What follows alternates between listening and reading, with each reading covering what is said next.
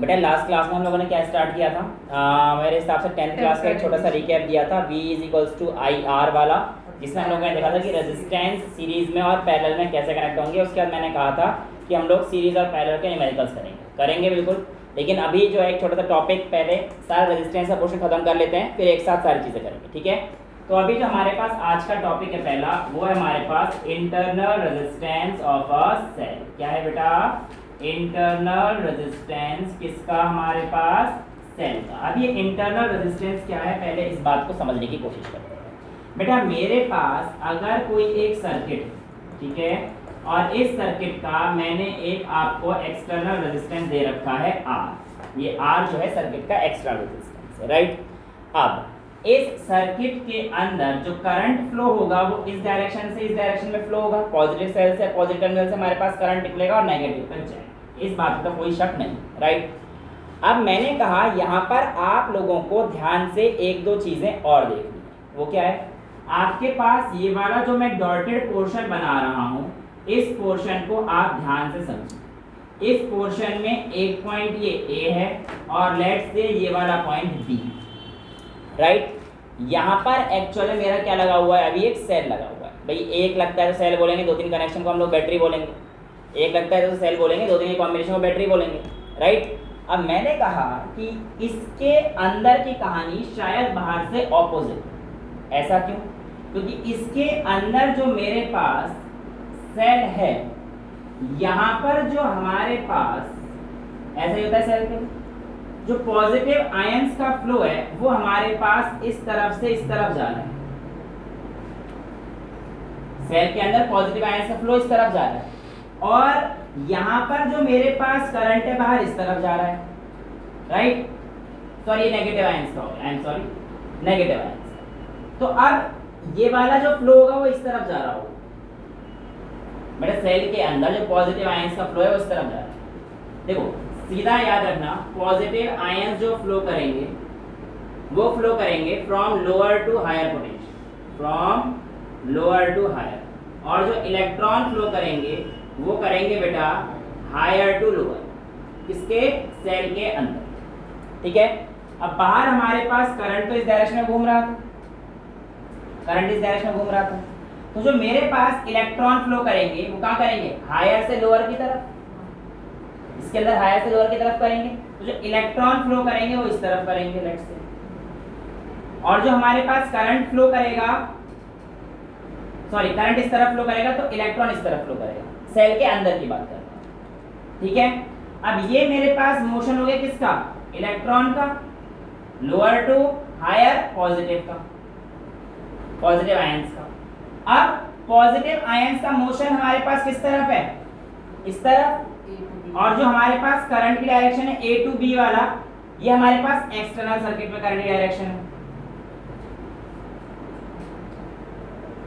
तो अब कहानी देखो क्या हो, सेल के बाहर A से B में करंट जा रहा है, लेकिन सेल के अंदर B to A जा रहा है। सेल ये किस सेक्शन में कहाँ जा रहा है? A to B।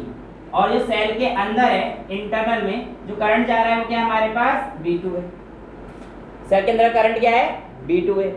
जिस वजह से हमारे पास यहाँ पर इलेक्ट्रॉन का या करंट का अपोजिशन हो रहा है, यानी कि एक्सटर्नल करंट का अपोज कर रहा है कोई चीज, वो चीज क्या है जो इसका अपोज कर रही है? तो आप कहोगे कि sir internal resistance of a cell, internal resistance of cell. अब देखो क्या होता है, ध्यान से, जिसको कंफ्यूजन एक बार दोबारा देखो। बाहर के सर्किट में यहाँ से A से B जा रहा है करंट, तो इलेक्ट्रॉन का फ्लो क्या हो गया बाहर के सर्किट में? B to A, ठीक है? सेल के अंदर की बात करूंगा, इस वाले पोर्शन में जो करंट फ्लो होगा बेटा वो मेरा किस तरीके से हो रहा होगा? बताओ, ऐसे की तरफ जा रहा होगा, उल्टा जा रहा होगा। तो ये तो हमारे पास नेगेटिव से पॉजिटिव की तरफ आ रहा है ना, ऐसा दिख रहा है ना हमें। और कंफ्यूजन तुम्हें लग रहा होगा कि सर ये अपोजिट कैसे देखो, ऐसे देख रहे हैं, तो यहाँ से देखो, एक इस तरफ जा रहा है तो तुम्हें लग रहा है कि सर ये वाला जो करंट है तो इसके सपोर्ट कर रहा है। नहीं, ये तो यहाँ से इस तरफ गया है ना, लेकिन A पे इस तरफ जा रहा है और ये इस तरफ जा रहा है, तो ये दोनों ऑपोजिट हैं। यहाँ देखो ना मेन डायरेक्शन जहाँ पर। अब इसकी वजह से कोई चेंज आता है और वो चेंज क्या होगा वो हम लोग आज सारा देखेंगे। यहाँ तक इंटरनल रेजिस्टेंस की चीज़ें क्लियर है। Internal resistance of a cell की वजह से हमारे पास जो एक्सटर्नल करंट फ्लो हो रहा है उसमें कोई ना कोई दिक्कतें पैदा आएंगी। वो क्या दिक्कतें आएंगी हमें देखो। अभी जो internal resistance of a cell है इसको हम लोग डिनोट करेंगे छोटे आर से। ये किस किस चीज पे डिपेंड करेगा? इस सेल के अंदर इलेक्ट्रोलाइट कौन सा है, इस सेल के अंदर इलेक्ट्रोलाइट कौन सा है। दूसरा डिपेंड करेगा कि इसकी लेंथ कितनी है, डायरेक्टली प्रोपोर्शनल रहता है उसका, और इनवर्सली प्रोपोर्शनल होता है एरिया के। ये बिल्कुल सेम वही चीज पढ़ रहे हैं जो हम लोगों ने पहले ही पढ़ी थी कि कोई भी रेजिस्टेंस है वो एरिया के इनवर्सली प्रोपोर्शनल रहता है, इतना एरिया ज्यादा तो रेजिस्टेंस कम, राइट। चौथा हमारे पास बेटा रहता है टेम्परेचर। देखो अंदर की कहानी हमारे पास इलेक्ट्रोलाइट की है। मैंने जब आपको ड्रिफ्ट वेलोसिटी पढ़ाई थी तब पढ़ाई थी कि आप लोगों के पास टेम्परेचर बढ़ने पे जहाँ पे मेटल होगा, और मेटल में चार्ज कैरियर क्या होते हैं, इलेक्ट्रॉन। तो ड्रिफ्ट वेलोसिटी की वजह से इलेक्ट्रॉन जो हैं वो रेजिस्टेंस ज़्यादा ऑफर करते हैं, इलेक्ट्रॉन रेजिस्टेंस ज़्यादा ऑफर करते हैं टू करंट। लेकिन जो हमारे पास इलेक्ट्रोलाइट है उसमें चार्ज कैरियर क्या होते हैं, आयंस। टेम्परेचर बढ़ाने से आयनिक मोबिलिटी बढ़ जाती है ना। तो इसलिए टेम्परेचर अगर इंक्रीज करेंगे तो इंटरनल रेजिस्टेंस क्या हो जाता है, कम। वहाँ पे इसी केस में ज़्यादा हो जाता है लेकिन यहाँ पे कम हो जाता है, ठीक है। तो ये चीज़ आप लोगों को पता रहनी चाहिए इंटरनल रेजिस्टेंस के बारे में। अब मैंने कहा आपके पास अब एक नया टर्म जिसका नाम है ईएमएफ। क्या है? EMF, electromotive force. कहानी क्या है? Electromotive force. अभी जो इलेक्ट्रोमोटिव फोर्स है ये क्या होता है, कैसे वर्क करता है, आइए जानते हैं। देखो जब हमने एक बिल्कुल नया सेल लिया, जब हमने एक बिल्कुल नया सेल लिया और उस सेल से हमने कोई भी करंट विड्रॉ नहीं किया, उस सेल से हमने कोई भी करंट विड्रॉ नहीं किया, तो ऐसे टाइम पे जो हमारा पोटेंशियल डिफरेंस होता है सर्किट का, उसे हम लोग क्या कहते हैं बेटा, इलेक्ट्रोमोटिव फोर्स। यानी कि इलेक्ट्रोमोटिव फोर्स क्या है, when no current is withdrawn from the cell. जब आप किसी भी सेल में से कोई भी करंट नहीं निकालते हैं तो उस समय का पोटेंशियल डिफरेंस आपके पास क्या कहलाता है, आपका ईएमएफ, राइट। अब मैंने आपसे कहा ये ईएमएफ किसके इक्वल होगा, मैंने आपसे कहा ये ईएमएफ किसके इक्वल होगा, तो आप कहोगे सर आपका जो ईएमएफ है, क्या मैं इसको रख कर सकता हूँ ये वाला क्वेश्चन, कोई दिक्कत तो नहीं। मैंने आपसे कहा कि जो आपका ईएमएफ, इस सर्किट को ध्यान से देखते रहिएगा और समझते रहिएगा, ईएमएफ की वैल्यू आपके पास बराबर हो जाएगी V प्लस V डैश। अब ये V डैश आपको नहीं पता, देखो V तो आपको पता है अब तक एक्सटर्नल सर्किट का जो पोटेंशियल डिफरेंस है, लेकिन जो V है ना बेटा एक्चुअल में इस पॉइंट से लेकर इस पॉइंट तक का है, और जो V डैश वाला पोटेंशियल डिफरेंस है ये एक्चुअल में इस सर्किट का है, जो इंटरनल सेल का जो मैंने लिखा है। यानी कि जो ईएमएफ है इन दोनों चीजों के बराबर है, A से B तक लेकर जाने में और B से A लेकर जाने में। अब B से A देखोगे तो करंट ऑपोजिट जा रहा है, नेगेटिव टू पॉजिटिव। इतनी देर से मैं आपको ये समझाने की कोशिश भी कर रहा हूँ। B से A देखेंगे तो करंट नेगेटिव टू पॉजिटिव जा रहा है। तो यहाँ पर मैं आपसे कहता हूँ कि E बराबर V की वैल्यू, एक्सटर्नल सर्किट का V कितना हो जाएगा, यहाँ से करंट अगर I गया होगा तो सीरीज में यहाँ पे करंट तो I रहेगा, तो V की वैल्यू हो जाएगी I इंटू बड़ा R। इस एक्सटर्नल सर्किट की वैल्यू तो हमारे पास R है बेटा, और दूसरा जो मेरे पास आ जाएगा I तो सेम रहेगा, छोटा R हो जाएगा। यहाँ से आपके पास EMF की वैल्यू क्या हो जाएगी, R प्लस। तो आपके पास जो करंट सर्किट में जा रहा होगा उसकी वैल्यू क्या हो जाएगी, R प्लस। यहाँ तक किसी बच्चे को कोई दिक्कत? मैंने कहा कि इसका पोटेंशियल डिफरेंस कितना होगा, यानी कि V आपसे पूछा जा रहा है, तो आपके पास आंसर आएगा sir V is equal to I बड़ा R, और I की जगह पर सर अगर मैं ये वाली वैल्यू डाल देता हूँ तो E R प्लस छोटा r इंटू में R। यहाँ तक किसी बच्चे को कोई डाउट? सारी चीजें क्लियर हैं? तो ये इंटरनल रेजिस्टेंस का इस तरीके से कहानी आती है, ठीक है। दूसरा ऐसे भी तो लिख सकता हूं मैं, E माइनस V बराबर हमारे पास क्या आ जाएगा, V डैश, और E को हम लोग क्या लिख सकते हैं बेटा, I into R plus R, I into, और V को क्या लिख सकता हूं मैं, minus I R is equal to V dash. ऐसे भी लिखा जा सकता है, ठीक है। ये सारी कहानी है। एक दो पॉइंट और अगर आपको इंटरनल रेजिस्टेंस कैलकुलेट करना है, इंटरनल रेजिस्टेंस लिखना है, तो एक पॉइंट ये क्या बेटा, V को बड़ा, कौन से वाले V को बेटा, ये E माइनस, हाँ सॉरी, ठीक। और अगर मैं V को लिखना चाहता हूं तो मैं V को ऐसे भी लिख सकता हूं, ऐसे भी लिखा जा सकता है, या फिर इसको उल्टा कर दूंगा तो IR is equals to E minus V और R is equals to E minus V upon I भी लिखा जा सकता है बेटा। कोई दिक्कत तो नहीं है, सिंपल कैलकुलेशन चल रही है। बेसिकली कितने टाइप से आप लिख सकते हो वही वाली कहानी, और कोई ज्यादा ऐसा बड़ी रॉकेट साइंस तो है। और देख लो इस I की वैल्यू को मैं क्या लिख सकता हूँ, E by R plus R, right. तो E by R plus R लिखना हो तुम्हारी मर्जी है, I को V बाय R लिख दो, V is equals to IR होता है, तो I is equals to V by R हो जाएगा। तो V बाय R तो आप ऐसे लिख सकते हो, R is equals to E minus V upon V into R। E और V की टर्म्स में और R की टर्म्स में रखा है। There are different method by which you can calculate the internal resistance of a cell. जो भी आपको सूटेबल लगे, जो भी आपको चीजें दी हैं उसके हिसाब से आप लोग निकाल लेना। यहाँ पर जितने भी लिखे हैं E minus V by V by R, ये मैंने आपको दिखा, ठीक है। अब मैं आपको दो चीजों के बारे में बताना चाहता हूँ। यहाँ पे रिफ्लेक्शन तो नहीं पड़ रही, तो मेरे को बताना, शॉर्ट सर्किट और ओपन सर्किट। पहले मैं इन चीजों के बारे में आप लोगों को बता देता हूँ। कितना दिख रहा है एक बार मैं ही देख लेता हूँ।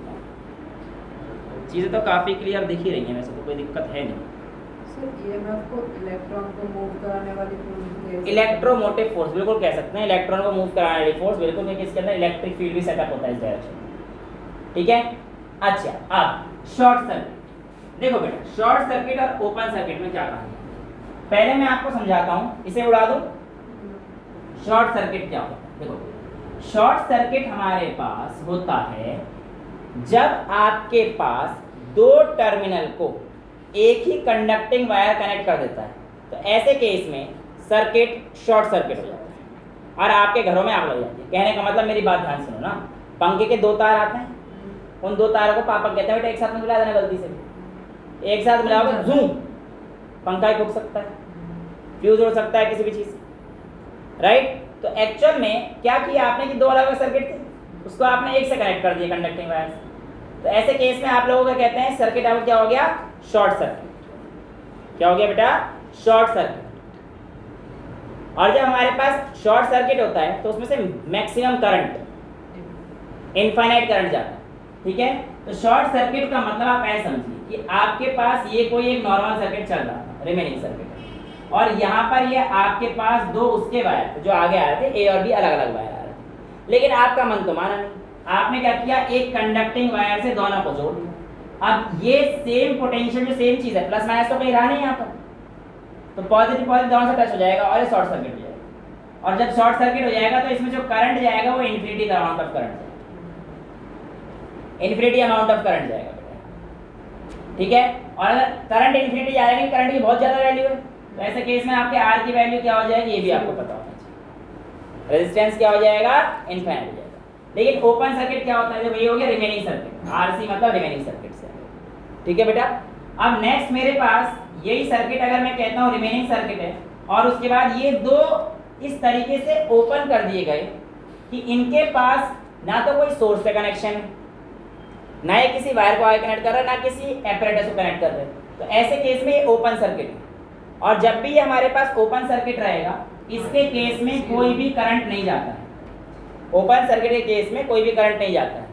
ओपन सर्किट का मतलब होता है आपकी स्विच ओपन हो गई है, क्लोज स्विच और ओपन स्विच तो पढ़ाया 10th में, नहीं जा रही, तो करंट जीरो हो जाएगा। करंट जीरो का मतलब इसका रेजिस्टेंस कितना है, काफी ज्यादा है या बहुत हाई है, ठीक है। ये कहानी समझ में आ गई। अब इस केस में आते हैं, इस केस को हमें समझना है, when open circuit is there, तो ओपन सर्किट का मतलब I इज इक्वल टू 0 हो गया, यानी कि आप इस समय पर कोई भी करंट विड्रॉ नहीं कर रहे। I इज इक्वल टू 0 का मतलब क्या है, कोई भी करंट विड्रॉ नहीं कर रहे, ठीक है। आप जरा इस वाली वैल्यू को लेकर आना, यहाँ पर ओपन सर्किट में V is equal to E minus IR में I की वैल्यू 0 रख दीजिए। तो जब आप ओपन सर्किट में रखेंगे तो आपका V क्या हो जाएगा, E।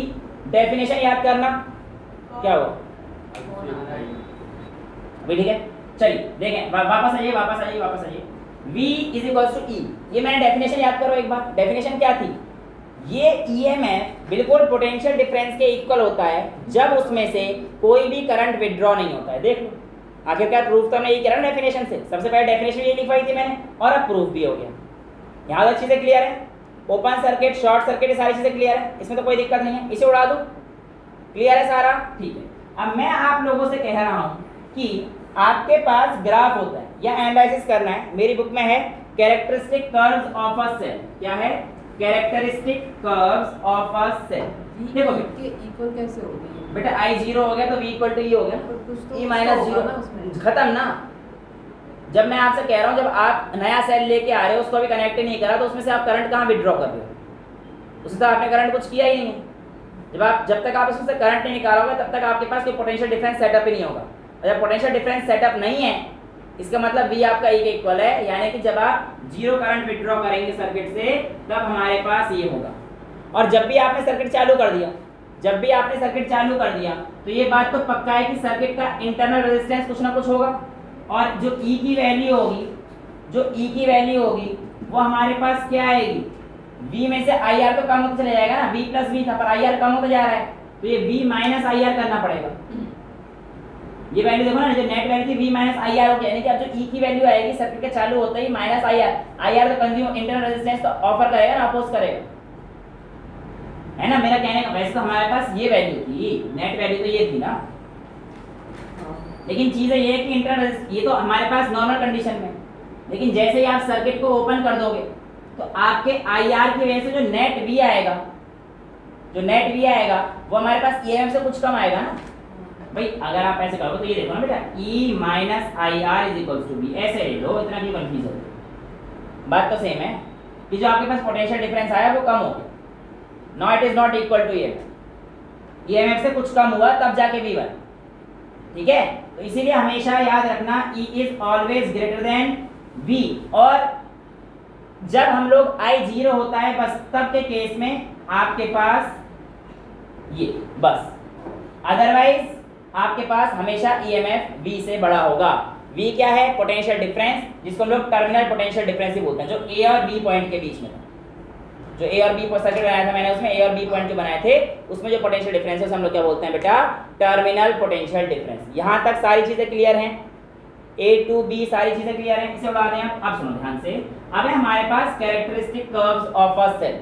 देखो सबसे पहले जो मेरे पास कैरेक्टरिस्टिक कर्व है वो है E वर्सेस छोटे r, EMF का और इंटरनल रेजिस्टेंस का। बेटा जो इंटरनल रेजिस्टेंस था वो कहीं पर भी क्या हुआ? अच्छा फोकस हो गया, जो फोकस कैसे हो रहा है? सही है यार, अभी होता है। जो आपके पास इंटरनल रेजिस्टेंस है, ध्यान सुनो, internal resistance of a cell है, वो किस किस चीज पर डिपेंड कर रहा था? हमने फैक्टर्स देखे, क्या उसमें कहीं पे भी EMF के पास कोई फैक्टर था?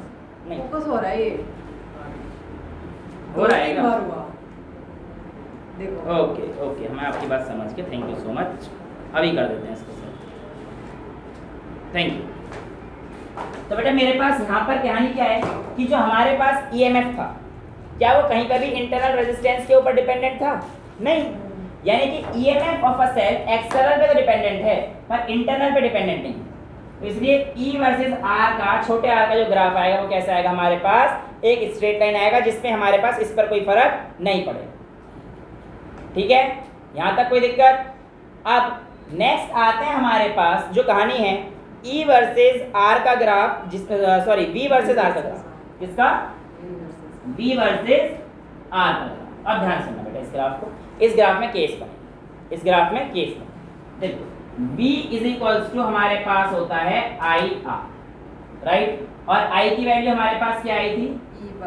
E by R plus R, right. अब ये जो R है, क्या मैं इसको 1/R तक नीचे लिख सकता हूँ? देखो I R हो गया ना, इस R को अगर मैं नीचे लिख देता हूँ तो मेरे पास V is equals to E by R plus R by R, ये लिखा जा सकता है। ये तो हो गया 1, तो आप लिख सकते हो V is equals to E1 plus R by R। यहाँ तक किसी को कोई प्रॉब्लम है? मैंने कहा जब आपके सर्किट का एक्सटर्नल रेजिस्टेंस, ये एक्सटर्नल रेजिस्टेंस की बात हो रही है,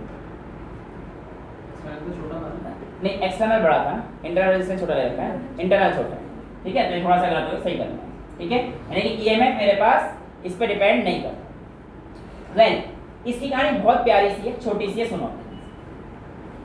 ये मेरा V है, ये मेरा R, राइट। अब मैंने आपसे कहा पहली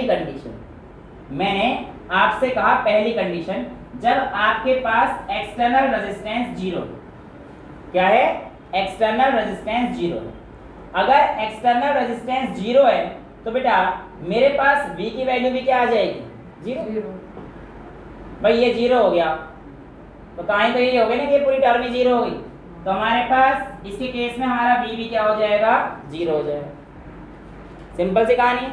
अब मैंने कहा आपका जो बड़ा वाला R है इसकी वैल्यू छोटे वाले R की तरह आ जाए। भाई बड़े वाले R की वैल्यू छोटे वाले R की तरह आ जाए तो हमारे पास देखो क्या कहानी होगी, इस R की जगह पर वो क्या लिखना पड़ेगा, बड़ा R। भाई छोटा R इक्वल टू बड़ा R की जगह छोटा R आ गया ना, तो बेसिकली इसकी जगह पर ही छोटा R दूंगा। तो R से R कट गया, यहाँ पर देखना क्या हो जाएगा, E upon 1 plus R by R कर दो या बेसिकली बड़ा R बाय बड़ा R कर दो। तो कहानी तो यही है, हमारे पास 1 प्लस 1 बचेगा तो V is equals to E by 2। यानी कि जब R की वैल्यू R के बराबर है तो आपका V कितना हो जाएगा, half of the EMF, right. बेटा R की जगह R कर दिया, R बाय R तो कट ही सकता है, सेम चीज। कैसी बात कर रहे हो, थर्ड क्लास की मैथ्स है तो प्लस में है तो यहीं तो नहीं कटेगा, कैसी बातें कर रहे हो, सेम चीज तो कटी जाएगी न्यूमरेटर डिनोमिनेटर की। ओहो 12th में ही है ना, गलत क्लास का नहीं बैठी, बायो है। ओह चलो कोई बात नहीं, कहना क्या चाह रहा है, मेरे पास ही बायो थी, समझ लो वो बैठी है मेरी। अच्छा चलो बेटा ऐसे काट सकते हो आप, बेटा कैसी बातें कर रहे हो आप, प्लस में है तो आप यहाँ से इसको नहीं काट सकते, बस ये तो कट ही जाएगा। तो ये हमारे पास समझ में आता ही है। तीसरा केस हमारे पास क्या हो जाएगा, R को क्या ले लें, इनफाइनाइट ले लें। जब हमारे पास R is equal to infinity आ जाए, राइट। अब देखो जरा R is equal to infinite तो R बाय R इनफाइनाइट तो 0 हो जाएगा, तो ये 1 प्लस 0 इज 1। तो हमारे पास E के इक्वल हो जाएगा, यानी कि V इज इक्वल टू कितना आ जाएगा ऐसे केस में, E। V is equal to कितना आ जाएगा, E। यानी कि अगर मैं V वर्सेस R 0 यानी कि यहाँ से शुरू होगी तो कहानी कुछ इस तरीके से जाएगी, फिर ये E बाय 2 पे आ रही होगी और फिर ये कांस्टेंट हो जाएगी, V is equal to E हो जाएगा। और ये जो ये वाली वैल्यू रही बीच की, ये वैल्यू मेरे पास यहाँ पर जो आपका V है ये E बाय 2 के, क्या बेटा ये तरह, अभी तो ये आगे ना, ये तो आगे तो कांस्टेंट चलता जाएगा। R हमारे पास इनफाइनाइट हो जाएगा तो हमारे पास ये R इनफाइनाइट का मतलब क्या हो गया, ध्यान सुन, I is equal to 0। R infinite का मतलब क्या हो गया, open circuit, I is equal to 0 और I is equal to 0 case में V इक्वल टू E था, ये तो प्रूव कर रहे हैं इतनी देर से, ठीक है। तो ये तीन केस है हमारे पास, V इक्वल टू E, ये चीज हमारे पास समझ में आ गई होगी आपको, ठीक है। नेक्स्ट हमारे पास जो ग्राफ आया था वो ये था, हमें पता है कि जो हमारी V की वैल्यू आई है E माइनस आई आर के ग्राफ, राइट। और ग्राफ बनाया हमारे पास V वर्सेस I, किसका ग्राफ बनाया है, V वर्सेस I, ठीक है। कोई प्रॉब्लम वाली बात तो इसमें हो ही नहीं चाहिए। इस इक्वेशन को इसे उड़ा दो क्योंकि मैं वहां पे सॉल्व करूंगा, फिर हाँ वहीं पे सॉल्व करूंगा, ठीक है। तो मैं इस इक्वेशन को करता हूँ इस तरीके से, यहाँ से डाल रहा हूँ, ठीक है, सब नोट करें। देखो वही है थर्ड क्लास की मैथमेटिक्स, यानी कि सॉरी मतलब वही स्ट्रेट लाइन वाली। इस इक्वेशन को पहले थोड़ा सा मॉडिफाई कर रहा हूँ, v इज इक्वल्स, देखो v वर्सेस i का ग्राफ बनाना है ना, तो बेसिकली x एक्सिस और y एक्सिस का ग्राफ है ना, तो यानी कि इक्वेशन क्या होती है, y is equals to mx plus c। आ रहा है बेटा स्क्रीन पे पूरा, यहाँ तक तो आ रहा है या नहीं आ रहा है, आ रहा है mx प्लस c आ रहा है, ठीक है। चलो नहीं आ रहा तो हल्का से आने दो, अब तो आ ही जाएगा, y is equals to mx plus, ये स्ट्रेट लाइन की इक्वेशन है। अब मुझे इस इक्वेशन को पहले इस फॉर्म में कन्वर्ट करना है बच्चा, तो मैं एक काम करता हूँ, इसको माइनस आई आ, देखो v तो आगे मेरे पास है और वर्सेस i का बनाना है, यानी कि m ये होगा और x i होना चाहिए, राइट। तो मैं इस इक्वेशन में लिख सकता हूँ v is equals to minus R I plus y is equals to m x की जगह आएगा ना बेटा प्लस, बात वही है लेकिन पता ही तो होना चाहिए, बेसिक तो यही है, आई आर आप लिखोगे तो इसका मतलब है आप m के साथ तो i ले रहे हो और r के साथ x, b वर्सेस i के तरफ बनाया तो x के पर i लीजिए। बेसिक्स क्लियर होना चाहिए। तेरे पास तो मैथ्स की सुनने में आया है उसे पकड़ रहा था। अरे यार बात तो वही है, कैसे है स्टेम स्लोप माइनस i हो जाएगा। बात बता, तेरी बेइज्जती कर रहा था मतलब आए वाले, ये नहीं पता है।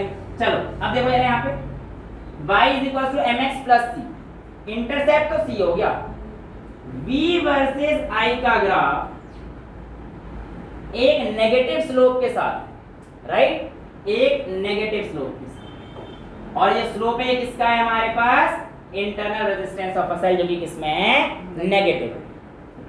Internal resistance of a cell जो कि हमारे पास किसमें है बेटा, नेगेटिव। तो ये कहानी थी आप लोगों के पास छोटी मोटी, इसके अलावा तो और कुछ है नहीं।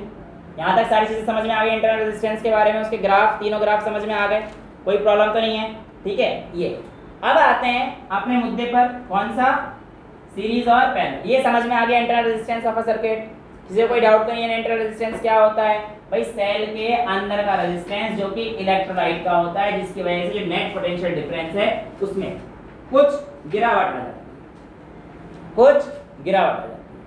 यहाँ तो सारी चीजें क्लियर, नो डाउट। अब हम लोग आगे बढ़ते हैं। मैंने आप लोगों को लास्ट क्लास में इंट्रोडक्शन दिया सीरीज का और पैरेलल का, आज उसको थोड़ा सा आगे की तरफ अग्रसर होते हैं। आगे की तरफ मैं देखिए क्या कहना चाहता हूं मैं आपसे, मैं आप लोगों को यहाँ पर एक नया कॉन्सेप्ट बताऊंगा कि आप लोगों को ये वाली कहानी तो पता है ना, हमारे पास क्या होती है, सीरीज सर्किट की कहानी होती है। सीरीज सर्किट में मैंने आप लोगों को ये तो बता दिया था ना कि आप लोगों के पास, पहले 2 का करा दूं, चलो ठीक है लो, कोई फर्क नहीं पड़ता। यहाँ पे R1 मान लो, यहाँ पे R2 मान लो, ये R3। सीरीज सर्किट में हमें ये बात पता है कि हमारा करंट क्या रहता है, सेम, लेकिन V क्या हो जाता है, डिफरेंट हो जाता है बच्चा पार्ट। यहाँ तो कोई प्रॉब्लम नहीं है। अब आपसे अगर क्वेश्चन किया जाए कि इस पॉइंट पे जो पोटेंशियल डिफरेंस है वो कितना है, यानी कि V1 कितना है, इस वाले में जो पोटेंशियल डिफरेंस है वो पूछ, इस वाले में अलग अलग पूछ, तो आप क्या करोगे, I पहले I निकालो, V1/R1, मतलब ऐसे निकाल के अपनी वैल्यू पूरी करते रहोगे, राइट। अब मैं आप लोगों को अगर ये 30-40 सर्किट दे दे, कितने ही दे दे, मैं आपको एक छोटा सा फॉर्मूला बता देता हूँ और आप उस फॉर्मूले का इस्तेमाल करके बहुत आराम से इस कैलकुलेशन को कर भी सकते, ठीक है। जैसे कि मैं आप लोगों से कह रहा हूँ कि V1 की वैल्यू कितनी होगी, यहाँ से सर्किट से कितना गया होगा, V, ठीक है। तो याद रखना जब भी बेटा V1 की वैल्यू आएगी, ये आती है V टोटल इनटू जिसका रेजिस्टेंस निकालना है R1 upon R net. Series में है तो R नेट की वैल्यू यहाँ पे हो जाएगी R1 plus R2 plus R। समझ में आया। सिमिलरली अगर आपको V2 निकालना हो तो ये हमारे पास हो जाएगा V total into R2 upon R1 plus R2 plus R। Similarly आपको V3 निकालना है तो V टोटल इनटू R3, है कि नहीं आसान मेथड ये, क्लियर है। जैसे कि मेरी बुक में एक क्वेश्चन दिया गया है, उस क्वेश्चन को अगर मैं ध्यान से देखता हूं तो मेरे पास एक क्वेश्चन है, एक सर्किट है, उसमें रेजिस्टेंस दे रखा है ये 2 ओम का बेटा और ये 3 ओम का। जो मेरे पास बैटरी से करंट निकला है वो निकला है 10 वोल्ट का। यहाँ से यहाँ तक लेट से V1 था और लेट से यहाँ तक मेरा पोटेंशियल डिफरेंस V2 था। तो आपको बताना है V1 और V2 कितना होगा, पोटेंशियल डिफरेंस कितना दे रखा है 10। तो काफी आसान हो गया अब तो हमारे लिए, क्वेश्चन बचा ही नहीं बेटा भाई। V1 निकालना है is equal to V total कितना है 10 इंटू R1, तो R1 2 अपॉन टोटल 3 प्लस 2 5, तो कितना आ गया 4 वोल्ट, सिंपल। सिमिलरली R2 निकाल दो, है V2 सॉरी 10 इंटू 3/5 यानी कि 6 वोल्ट। क्लियर है, यहाँ से तो कोई प्रॉब्लम नहीं है, चल जाएगी। अब मैं आप लोगों से अगर V की जगह पर पैरेलल सर्किट में आ जाता हूं और I की बात करूं, क्या बात कर रहा हूं, इसको डाल दूं, इसको डाल, ठीक है। समझ में आ गई ना, सिंपल सी कहानी है। देखो बेटा क्वेश्चन को करने के बहुत लेंथी तरीके भी होते हैं, लेकिन आप इस तरीके से करोगे देखो कोई बिना तो बोर्ड में गलत कर सकते हैं। और कंपटीशन के लिए बहुत बेनिफिट हो जाता है कि आप लोगों को सिंपल मेथड मिल गया और कम टाइम में चीजें हो जाएगी, ठीक है। ऐसे मैं करंट का ही बताया था। देखो हमें ये बात तो पता है कि हमारे पास पहले दो सर्किट का बता दें।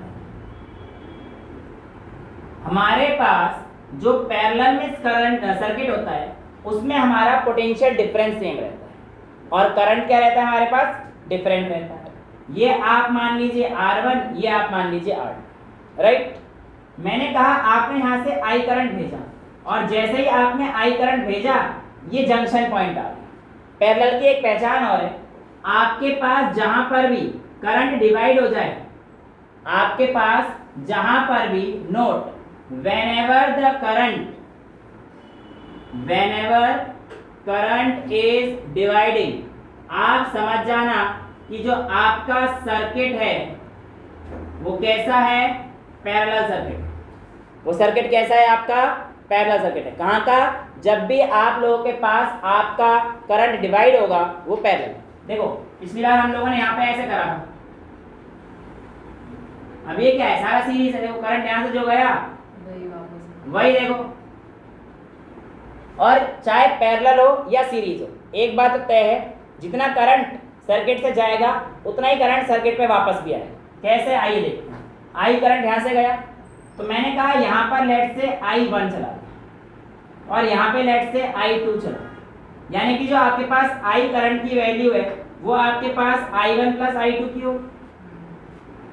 राइट। और जब ये यहाँ पर आया तो I2 करंट आ रहा था और यहाँ से भी I1 करंट, तो ये जब यहाँ पे आया I1 प्लस I2 आ गया और I1 प्लस I2 आ गया, देखो I आ गया, तो इसके पास जितना निकला उतना वापस आ गया।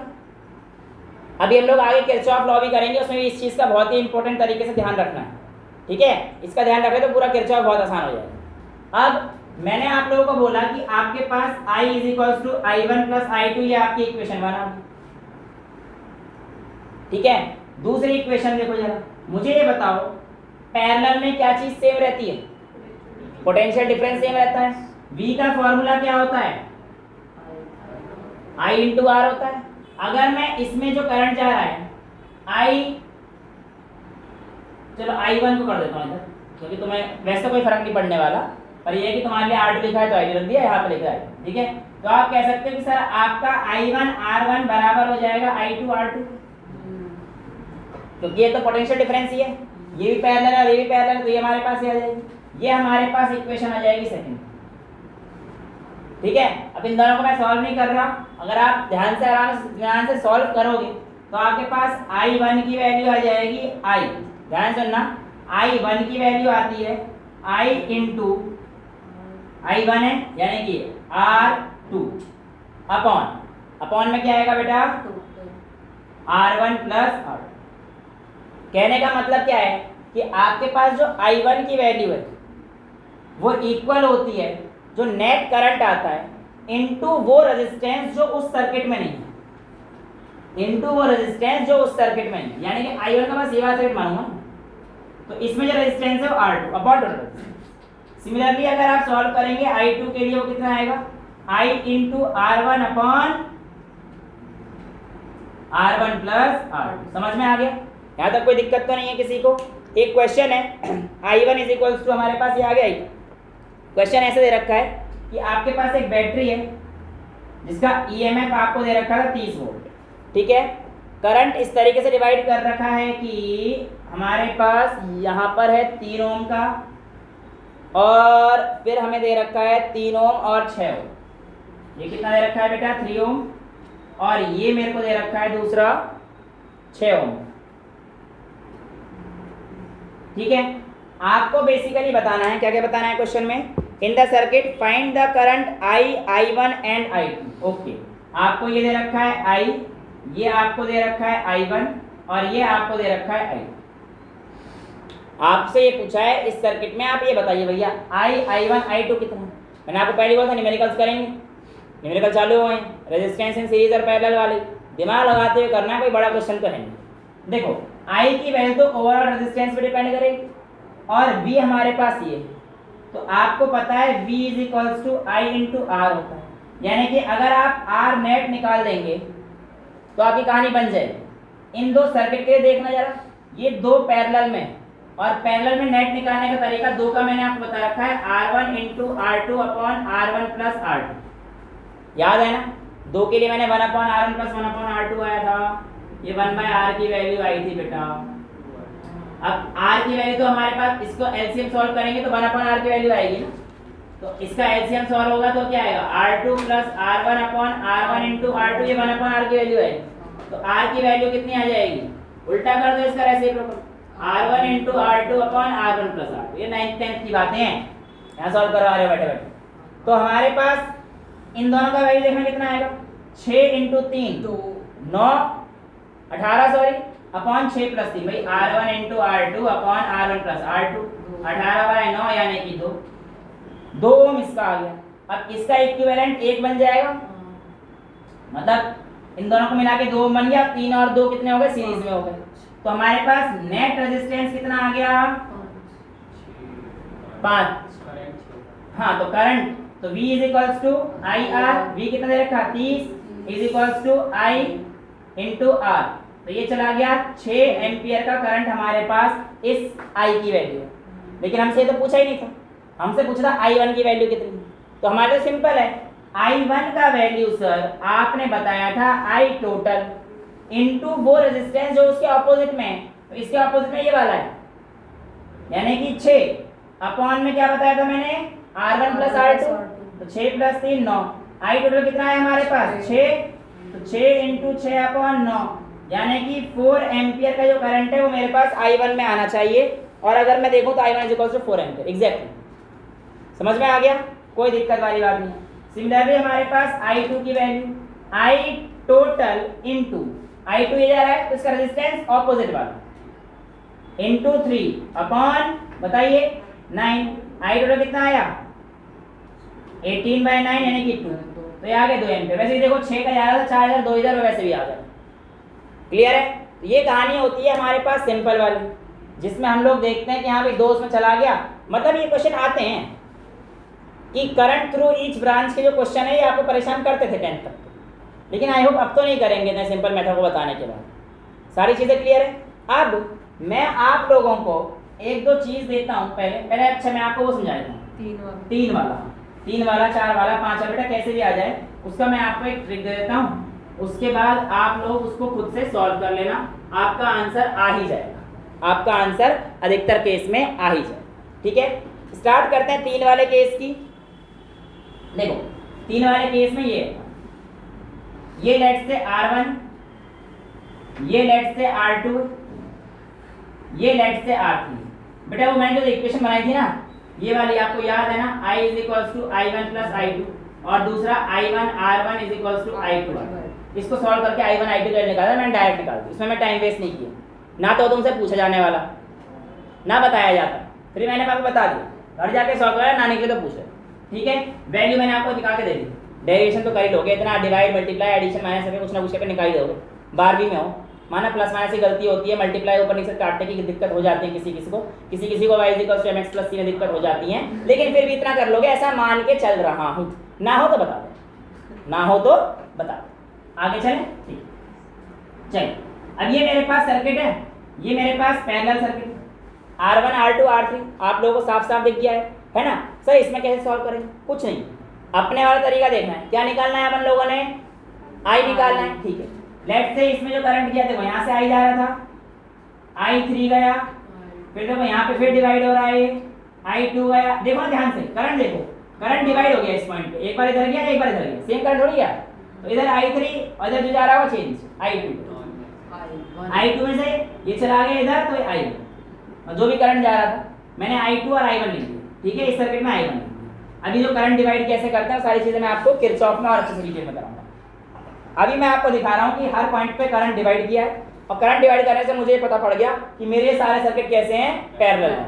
ये तो समझाया मैंने आपको, जहाँ पे भी करंट डिवाइड करेगा वो सर्किट क्या हो जाएगा, पैरेलल में हो जाएगा। यहाँ तक चीजें क्लियर है बेटा, 1 नंबर की क्लियर है। ये हमारे पास क्या है, V नेट, जिसकी शायद हमें जरूरत भी ना पड़े, इसकी हमें जरूरत ही नहीं पड़े। भाई अगर I टोटल ने कहा जरूरत पड़ी, वरना जो मैंने आपको फॉर्मूला बताया उसमें कहाँ V की जरूरत पड़ी, नहीं पड़ी ना। ठीक, I करंट अगर आपको पता है तो बेटा पहले वाले इसमें क्या आएगा कहानी, I = 3 इक्वेशन मिल जाएंगी, थोड़ी टफ होती है, I1 + I2 + I3, और दूसरा I1 R1 = I2 R2 = I3 R3। ये कहानी तो बिल्कुल सेम है ना। अभी थोड़ा टफ होती है ये, मतलब वैल्यू डाल के और सब करना, उससे लिए बचने के लिए आपसे I1 निकालना है। तो देखो I1 is equals I total into और अपॉन। कैसे करना है बेटा, अपॉन में तो हमारे पास आना चाहिए सारे रेजिस्टेंस को एक एक बार मल्टीप्लाई और डिवाइड, मतलब मल्टीप्लाई करके ऐड करो, मतलब R1 into R2 plus R2 into R3 plus R3 into R। चलेगा। ऊपर के लिए ध्यान सुनना, जहां पर आपने I1 लिखा है ना, इस सर्किट को छोड़ दो। ये तो करा हमने पीछे भी, जहां पे I1 वाला था वो छोड़ दिया और बाकी दोनों को लिया, तो यहाँ पर भी हमारे पास वैल्यू सेम है यही। तो यहाँ पे कितना आ जाएगा R2 इंटू, तो ये I1 की वैल्यू कर लोगे, कोई मुश्किल वाली चीज तो है नहीं। सिमिलरली अगर आपसे पूछे इस ब्रांच में कितना है, तो I2 is equals to I total into 2 के लिए बोला है तो R3 R1 R3। नीचे कोई चेंज आएगा क्या? नहीं, नीचे सब में वही रहेगा R2 R3 plus R3 into R। क्या I3 आप निकाल सकते हो ऐसे ही, IT का मतलब I टोटल है बेटा, R3 मतलब R1 into R2 upon R1 R2, ये सारी चीजों को से। यहाँ तक किसी बच्चे को कोई डाउट है? चल सकते हैं आगे, क्लियर है? अभी तक जो मैंने आपको चीजें कराई वो सारी कहानी क्लियर है ना? ये कर लेंगे ऐसे वाले क्वेश्चन, कर लोगे ना? कोई प्रॉब्लम तो नहीं आएगी इनमें? ठीक है। अब मैं आप लोगों से एक क्वेश्चन पूछता हूँ जो मेरी किताब में दिया हुआ है, उस किताब के अकॉर्डिंग क्वेश्चन बोला है कि VI ग्राफ दिया गया है। क्या दिया गया है? V और I का ग्राफ दिया गया है, और ग्राफ कुछ इस प्रकार है कि आपके पास 3 डंडे दे रखे हैं, ये 1, ये 2 और ये 3, ठीक है? और आपको बोल रखा है ये V का ग्राफ है और ये I का ग्राफ। आपको बताना है which one of these the graph for 2 resistor and their series combination। ये इनका सीरीज कॉम्बिनेशन है, ये बताना है, अब आपको बताना है which of these graph represent the series combination of 2 resistor। इनमें से ऐसा कौन सा ग्राफ है 1 2 3 में से जो आपका सीरीज कॉम्बिनेशन को दर्शाता है? ऐसे कैसे बता सकते हैं? एग्जैक्टली दिमाग में तो ये आएगा सर, ऐसे कैसे बता सकते हैं? अब हम बताते हैं, सुनो। एक काम करो, यहाँ पर एक लाइन खींच दो, यहाँ पर एक लाइन खींच दी, तो लेट से देखो ध्यान से, ये आपके पास क्या है बेटा? I1, right? ये आपके पास जो वैल्यू आएगी ये किसकी आएगी? I2, और ये जो वैल्यू आएगी ये किसकी आएगी? I3, right? ध्यान सुनना, इसके हिसाब से हमें ये पता पड़ता है कि जो हमारा करंट है वो हमारे पास इस ऑर्डर में, करंट तो इधर बढ़ रहा है ना I तो, और V इधर बढ़ रहा है। मुझे पता है करंट इस ऑर्डर में, और अगर करंट इस ऑर्डर में तो 3 वाले को सबसे कम रेजिस्टेंस मिला होगा, 3 वाले को सबसे कम रेजिस्टेंस मिला होगा बेटा। और अगर 3 वाले को सबसे कम रेजिस्टेंस मिला होगा तो हमारे पास जो रेजिस्टेंस का ऑर्डर है वो हमारे पास ऐसा होना चाहिए। कुल मिला के भी तो कहा जा सकता है कि R3 से बड़ा R1 है और R2 से भी बड़ा R1 है, कि R1 सबसे बड़ा है। तो यानी कि ये जो 1 वाला ग्राफ है, इसका जो नेट वैल्यू है वो R3 से भी बड़ी है और R2 से भी बड़ी है। याद करो, सीरीज कॉम्बिनेशन मैंने यही कहा था कि जो R नेट की वैल्यू आएगी it will always be greater than individual value. याद है? क्योंकि हमारे पास R नेट की वैल्यू कैसे आई थी? R1 plus R2 plus R3। यार ये हमेशा इनसे बड़ी होगी ना, लेकिन पैरेलल के केस में क्या थी कहानी? वो कम होता है देन द इंडिविजुअल वैल्यू, ये 1 अपॉन करके आता है। तो इससे हमें ये समझ में आता है कि जो हमारे पास नंबर 1 का ग्राफ है वो हमारे पास किस में है? सीरीज कॉम्बिनेशन में, सीरीज कॉम्बिनेशन में। और इसका मतलब हम लोग आराम से यहाँ से इस तरीके से दिखा सकते हैं। क्लियर है चीजें? एक ग्राफ का क्वेश्चन मेरे हिसाब से और था इस बुक में बेटा, कैसे आ जाएगा V equal to I R? क्या क्या दोबारा बताओ। हाँ तो करा तो वही है मैंने, लॉजिकल सॉल्व किया है। और अगर आप V is equal to I R से नहीं तो आपके पास कोई डेटा ओरिएंटेड सोर्स नहीं है, यहाँ पर आपको कोई डेटा नहीं दे रखा है, आपको बस सिंपल ये पूछा था कि कौन सा वो है, तो आपको ये करना पड़ेगा। बाकी V अपॉन I करेंगे वो R आएगा, वो बात आपकी ठीक है। पर आपको ये थोड़ी पता है कि हमारे पास यहाँ पे V कितना है भाई? V is equal to I R होता है, तो आप कह रहे हो V अपॉन I को मैं R ले लूंगा, ठीक है, अब मुझे बताओ इस पॉइंट पे आप v अपॉन आई कहाँ से लोगे i1? अरे v कांस्टेंट है ना, v तो एक पॉइंट पे दे मान ले तो यहाँ पे तुम्हारे पास ये r1 आ गया, हां ये r2 आ गया, ये r3, अब इससे क्या इन्फॉर्मेशन नहीं निकाल सकते? कहना वो चाह रहा है। हाँ वो तो मैं समझ गया था आपकी बात। आई इसका कैसे दोगे में हाँ। आई का एक जगह सबसे कम होगा किसका? r अपना उसी का सीरीज हाँ हाँ, तो बात तो सेम है। तो मैं आपसे कह रहा हूँ जब इसका i सबसे कम है तो इसका r मैक्सिमम है ना, लेकिन मुझे डेटा दिया ही नहीं था तो मेरे को तो इससे अब पता लगाना है कि जब i मैक्सिमम है तो r मिनिमम, बस कहानी। ठीक है, जो बात आप कह रहे हो मैं समझ रहा हूँ, उल्टी बात कह लो, बात तो सही है कि सर r सबसे कम है तो इसका मतलब r सबसे ज़्यादा है तो मतलब i सबसे कम है, ये कहना चाह रहे हैं, बात सही है। मैंने तो वही बोला। ठीक है, अगला क्वेश्चन है, कहता है दो स्टूडेंट ने एक्सपेरिमेंट परफॉर्म किया सीरीज और पैरेलल पर और उनकी ग्राफ आया कुछ ऐसा। जो स्टूडेंट 1 था वो उसका ग्राफ, अरे यार एक तो बहुत छोटा छोटा लिखा हुआ है इसमें, ये v ऐसे दे रखा है और i सीरीज और इसका ग्राफ ऐसे दे रखा है और इसने बोल रखा है i सीरीज और i पैरेलल कुछ इस तरीके से थे कि आप लोगों के पास ऐसे ये दे रखा है आपको सीरीज का और ये आपको दे रखा है इससे पैरेलल, ये सीरीज और ये पैरेलल। ठीक है, ये आपके पास कहानी। एक स्टूडेंट ने ऐसा ग्राफ बनाया और दूसरे स्टूडेंट से कहता है कि हमारे पास जो ग्राफ है वो ऐसे रखा है आई का v का। ठीक है, और इस बार जो कहानी आई वो इसने कुछ ऐसी बनाई, एक ग्राफ ये लिया और ये सीरीज का और ये पैरेलल का, ऐसा भी मतलब आप समझिए सीरीज का। आपको बताना है इन दोनों में से कौन से स्टूडेंट की ऑब्जर्वेशन करेक्ट है, कौन से स्टूडेंट की ऑब्जर्वेशन करेक्ट है। दोनों की सेम दोनों की सेम है, है, दूसरे वाले, दूसरा, पहला वाला कोई नहीं है, सबको पता है कि पहला गलत है। ठीक है, आप सारे गलत हैं, यही सही है, दोनों सही हैं। आप ध्यान से देखो ना बेटा, v तो कांस्टेंट हो गया, यहाँ पर देखना ये सीरीज में है तो करंट तो इस तरफ बढ़ रहा है ना और ये पैरेलल में। तो देखो यहाँ पर ध्यान से हमें पता पड़ रहा है कि हमारा IP बड़ा है I सीरीज से, और ये होता भी है कि सीरीज में जो रेजिस्टेंस होता है वो ज़्यादा होता है, जिसकी वजह से हमारे पास करंट कम होता है। जब यहाँ पे I पैरेलल ज़्यादा है सीरीज से तो हमारी बात बिल्कुल ठीक है, कोई दिक्कत नहीं है। यहाँ पे हमारे पास I पैरेलल ज़्यादा आ रहा है सीरीज से, तो स्टूडेंट की ऑब्जर्वेशन करेक्ट है। जरा यहाँ पर देखना इस बार, ये वाला जो ग्राफ है ये सीरीज का है, तो ये वाली जो आ रही है ये आ रही है I सीरीज का, और ये वाला जो लाइन आ रही है किसकी आ रही है I पैरेलल की। तो इससे भी तो हमें ये पता पड़ रहा है कि यहाँ पर भी देखो I तो अब इस तरफ बढ़ रहा है, इस तरफ थोड़ी बढ़ रहा है। तो यहाँ पे भी क्या है हमारे पास, current in parallel is greater than current in series. तो ये कहानी बिल्कुल सत्य है, सच बात बोली है बच्चे ने, और दोनों ही बच्चे अच्छे हैं। ठीक है, दोनों में से कोई सच, मतलब आप तो गलत हो, एक ही अच्छा है जिसने पकड़ लिया कि हाँ है सेम, दोनों ही सही। ठीक है, समझ में आता है। तो इस तरीके से छोटे मोटे ग्राफ के क्वेश्चन आ सकते हैं। नेक्स्ट आपके पास जो आपकी बातें हैं वो एक छोटा सा टॉपिक, एक टॉपिक, ठीक है, वो मैं आपको करा रहा हूँ कि रिडक्शन करते हुए रेजिस्टेंस कैसे निकालेंगे।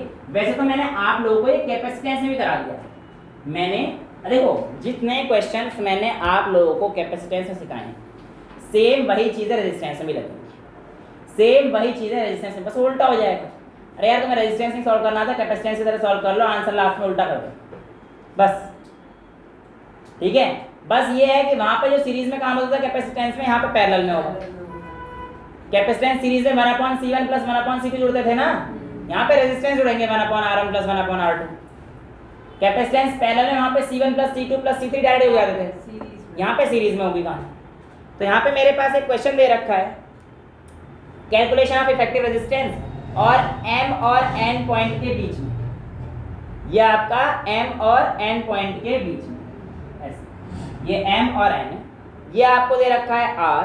अब देखते जाना बेटा, कोई ज़्यादा रॉकेट साइंस नहीं लगेगी, आप लोगों को आराम से समझ में आती रहेंगी चीज़ें। ठीक है, R ये 2R, ऐसे करते करते और सर्किट बनाए 2R के, ये 2R ले लिया, ये भी 2R ले लिया।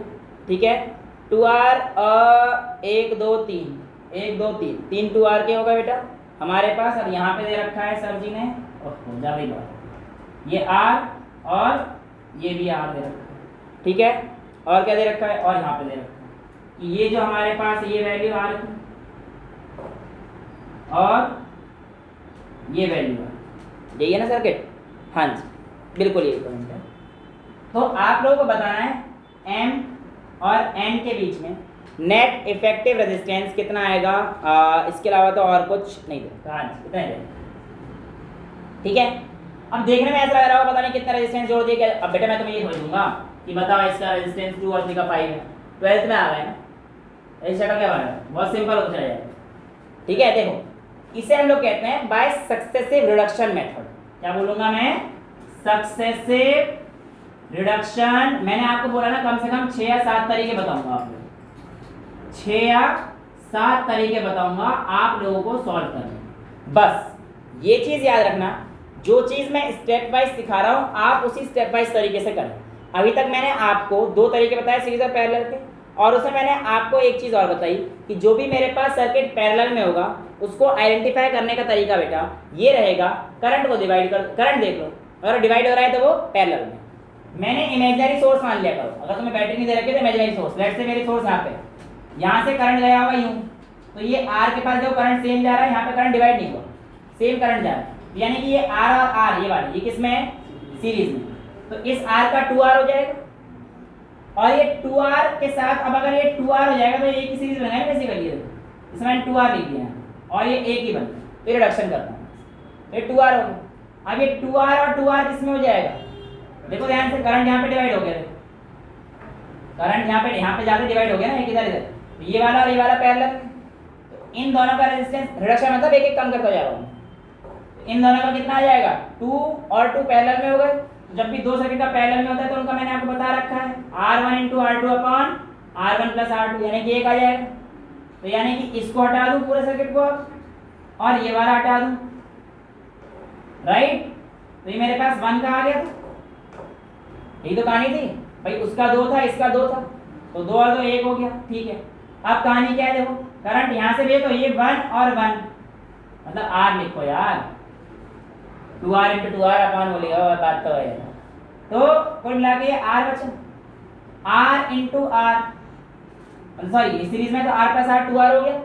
समझ में आ रहा है सारा? इसको डाल दो आप, यानी कि इस जगह पे मैं क्या लिख सकता हूँ, एक सर्किट उठा देता हूँ ऐसे और इसको 2R अगेन 2R और 2R कितना हो गया? 1/2 कौन सा कह रहा है? 2 + 2 अपॉन 2 × 2 मतलब 2 × 2 अपॉन 2 + 2। बेटे तो पैरेलल में करंट है, यहाँ पे करंट गया और यहाँ से डिवाइड हो गए थे, गलती कर दी थी, कोई बात नहीं, गलती से सब हो गए, कहने का मतलब ये हो गया। हाँ कोई बात नहीं बेटा, 2R देखो जरा यहाँ पे, 2 × 2 अपॉन 2 + 2 तो कितना आ गया? R आ गया। ये उड़ा दूं पूरा ये वाला और इस पर क्या लिख दूं? हाँ, समझ में आया? सक्सेसिव रिडक्शन क्यों कह रहे हैं? एक के बाद एक रिड्यूस करते जा रहे हैं, तो ये 2R आ जाएगा आगे, फिर वही R होगा, ये कितना आ गया? R हो जाएगा, 2R और 2R R हो जाएगा, ये कितना आ गया? R, ये 2R हो जाएगा। अब देखो जरा, ये तो हो गया हमारे पास। अब यहाँ से आया ना, फिर छोड़ दो ना, कंफ्यूजन क्यों रखना। अब की बार कहानी ऐसी है कि ये दोनों सीरीज में है, उसके साथ ये पैरेलल है बेटा, वो दोनों सीरीज होंगे ना। ये देखो, ये MN पॉइंट सॉरी ये करंट गया ऐसे, ध्यान से देखना, और ये करंट सेम ही जाएगा, लेकिन यहाँ से करंट डिवाइड हो जाएगा, ये इधर जाएगा करंट और कुछ इधर, तो यानी कि ये वाला और ये वाला तो सीरीज में आ गए, उसके साथ ये पैरेलल में होगा, तो 2R और लास्ट में कितना बचा? R। तो लास्ट में क्या बचा? R। कैसे कर लो? 1/2R + 1/R कर लो, या मैं तो ऐसे ही करता हूँ, 2R × R upon 2R + R, यानी कि 2R² अपॉन 3R, एक R से एक R चला जाएगा बेसिकली, 2R/3 ये ओवर। ठीक है, तो ये लास्ट वाला था, थोड़ी सी गलती हो गई, करंट कहाँ से भेजा था? करंट नहीं समझ, जिस डायरेक्शन में चले थे उसी में यहाँ जाएगा, डिवाइड हो जाएगा, इधर तो जाएगा एन की तरफ पॉइंट। ठीक है, ये कहानी है सक्सेसिव रिडक्शन मेथड की। ठीक है, तो इस तरीके से आप लोग आराम से कर सकते हैं। एक होमवर्क के लिए, मैं नहीं करा रहा, तुम्हें कर लेना, ए और बी के बीच में बताना है, और बहुत ही छोटा सा बच्चा सा क्वेश्चन, कुछ है ही नहीं क्वेश्चन, तुम देखते ही कर दोगे, कहो तो ट्राई भी कर सकते हो और अली चाहो तो अभी पर तुम्हारी मर्जी है। हाँ लिख रहा हूँ बेटा, लिख रहा हूँ, टेंशन क्यों ले रहा है? ये ऐसे x हो जाएगा, शाबाश। और भी कहीं है क्या? हाँ, और एक लिखना है, ये तो बच्चे वाला क्वेश्चन। 3 इधर रखा है, 3 इधर रखा है, 3 इधर रखा है, 6 इधर रखा है, 3 इधर रखा है, 4 और इधर रखा है 4। ये पॉइंट है A, ये पॉइंट है B। ठीक है, इसमें आपको क्या निकालना है? Calculate the overall resistance. तो निकाल लें, और ही निकाल लेते हैं। देखो ये आ गया 2, 6 इंटू 3 अपॉन 6 प्लस 3, 2। ये गया कहीं से भी 4 और 2 6 सीरीज में हो गए, फिर 6 इंटू 3 अपॉन 6 प्लस 3, ये पूरा मिला के आ गया 2, ये पूरा मिला के आ गया 2। अब 6 सीरीज में फ्री, 6 इंटू 3 अपॉन 6 प्लस 3, ये देखो 6 आ गया, 4 और 6, तो कितना आ गया? आंसर 2। आंसर कितना आ गया? 2। ऐसे सक्सेसिव रिडक्शन कितना सिंपल है, देखते जाओ करते जाओ। ठीक है, तो होमवर्क तो मैंने कर दिया। ठीक है, एक क्वेश्चन और कर लो बस, लास्ट पक्का ला, मतलब हाँ चल पक्का। अच्छा ओके होमवर्क ठीक है। ये है इस पॉइंट, इसको होमवर्क वैसे होगा नहीं तुमसे, क्योंकि मतलब कर तो दोगे पर दूसरे मेथड से करके लाना है, इसलिए मैं तुम्हें जो है होमवर्क दे रहा हूँ। हाँ तुम जैसे भी करके ले आओ, कोई दिक्कत नहीं। ठीक है, हाँ बेटा मैं होमवर्क ही तो दे रहा हूँ, मुझे पता है करके आप पैसे भी नहीं लाओगे, कराना मैंने ही है। बस फिर भी 1-2 बच्चे हैं, ये थोड़ा सा ट्रायंगल सा बन गया। ये ए पॉइंट है, ए और बी के बीच में आपको फाइंड करना है। सारे आर दे रखे हैं, 4 1 2 3 4। ठीक है, ये आपका होमवर्क है। यहीं से हम लोग अगली क्लास में शुरू करेंगे, और मेथड भी एक अलग होगा। सिमेट्रिकल मेथड वगैरह सारी चीज़ देखेंगे, इक्विपोटेंशियल मेथड देखेंगे, मिरर सिमेट्री देखेंगे, है ना, और भी बहुत सारी। ठीक है, तो आज के लिए इतना ही रखते हैं। आई होप आप लोगों को लेक्चर समझ में आया। That's all for today, thank you so much.